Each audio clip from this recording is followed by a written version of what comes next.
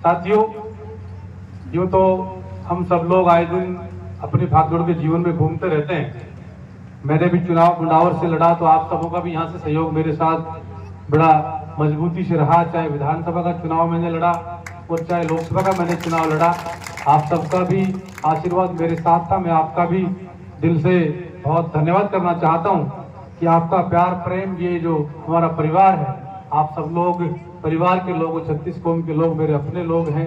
और आप सबों से जो मोहब्बत है, मेरे बिना कहे भी आप लोग वहां जाकर के, मेरे बिना वोट आपसे अपील की, आप लोग मुनावर में जाकर के मेरी मदद करके आए, इसलिए मैं आपका विशेष रूप से धन्यवाद करना चाहता हूँ। साथियों, अभी मंत्री साहब आप सबसे कह रहे हैं कि पीछे 5 साल जो रहे शासन के, हमारे प्रदेश में हमारा शासन रहा हमारी पार्टी का, और प्रदेश में ऐतिहासिक काम करने का हमारी सरकार ने किए। आप सबने देखा है किस प्रकार से एक बहुत बड़ी योजना उस समय आई, 25 लाख तक का इलाज हम सबने देना सुनिश्चित किया प्रत्येक व्यक्ति को, कि आपके घर में परमात्मा करे कोई बीमार होए नहीं, अस्पताल जाना ही नहीं पड़े।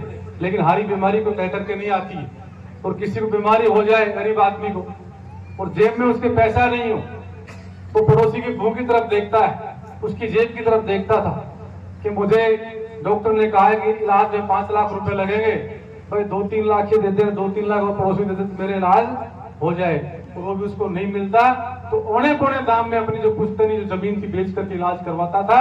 ऐसी बहुत महत्वपूर्ण योजना हमारी सरकार लेकर के आई थी, इससे प्रत्येक व्यक्ति को इलाज मिलने काम हुआ। आज उस योजना को बंद करने का काम कर दिया। आज राज भले किसी का भी बने, चाहे कांग्रेस का बने, चाहे भाजपा का बने, चाहे किसी और दल का बने, लेकिन हम सब लोग चाहते हैं कि हमारा जो पढ़ा लिखा नौजवान है, हमारा भाई है, जो पढ़ लिख करके बूढ़ा बाबा अपने बेटे को पढ़ाता है, लिखाता है, अच्छे पैसे खर्च करता है, उसके ऊपर पेट की गांठ लगा करके सोचता है इसको नौकरी मिलेगी, मोदी जी वाली 2 करोड़ रोजगार हर साल मिलने की बात कही है, क्या पता मेरे बेटे का नंबर आए, लेकिन नौकरी के नाम पर कुछ भी नहीं मिलता, फैक्ट्री में नौकरी नहीं मिलती हमारे जवान को, ऐसी स्थिति बनी हुई है। तो इसलिए साथियों, हम सब लोग जो है चाहे इस दिशा में प्रयास करना चाहिए कि अपने परिवार को आगे लेकर के जाना है। नौजवान साथी खड़े, साथियों में हर जगह बात कहता हूँ, मंदिर में जाता हूँ हर रोज कहीं ना कहीं, अब गर्मी का मौसम है, पूरा हिंदुस्तान एक तरफ और हमारा मुंडावर एक तरफ भंडारे के मामले में, तो रोज ही मुझे जाना पड़ता है भंडारों में। तो वहां एक बात मैं कहता हूँ सबको कि भगवान को जो मंदिर में है वो 10 पावर हम सब लोग देखते हैं कि भगवान को है इस दुनिया के अंदर, जिसको हम लोग मानते हैं, रोज देवी देवता की हम पूजा करते हैं। मैं भी रोज पूजा करके घर से निकलता हूं।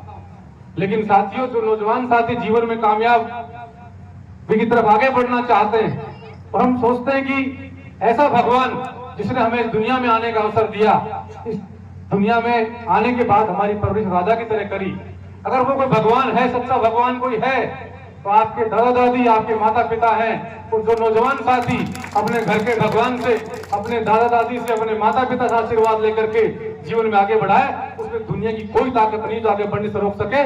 सारे 33 करोड़ देवी देवता उसको आशीर्वाद देते हैं। इसलिए साथी, इस बात को हम सबको आगे बढ़ाने की आवश्यकता है। एक बात मैं और, क्योंकि आज अपनों के बीच में है, आप सबों के बीच में आए, आप सब लोगों ने हुक्म किया तो आपके बीच में अपनी बात कहने के लिए आए।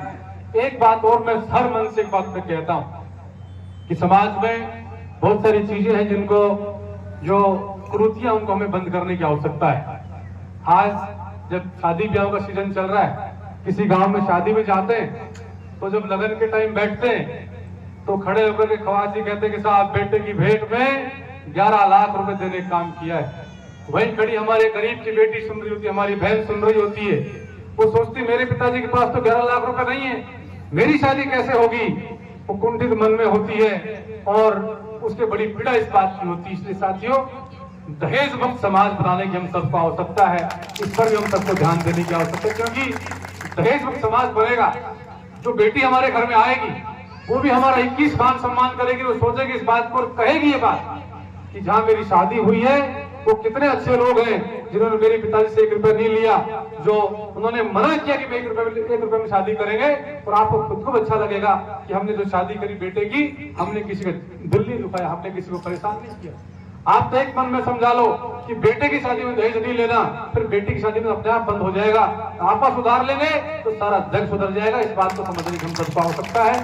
आप सब लोगों का जो यहाँ आने पर आपने जो मेरा प्यार प्रेम मुझे दिया, मुझे पगड़ी बांधकर मेरा सत्कार स्वागत किया, मेरा जो खैर मकदम इस्तकबाल किया आपने, जो गाड़ी में बैठा करके डीजे बजा करके, और सब लोग शाम का वक्त है, माताएं बहनें बैठी हैं, काम छोड़ करके आप सब लोग आए, मैं आपका सबका धन्यवाद करता हूँ। और जो पगड़ी आपने मुझे पहनाई, विश्वास आप सबको दिलाता हूँ कि आपने जिस भाव के साथ मुझे पगड़ी पहनाई है, उस पगड़ी का मान सम्मान, उसकी इज्जत, उसकी आबरू हमेशा बनाकर रखूंगा।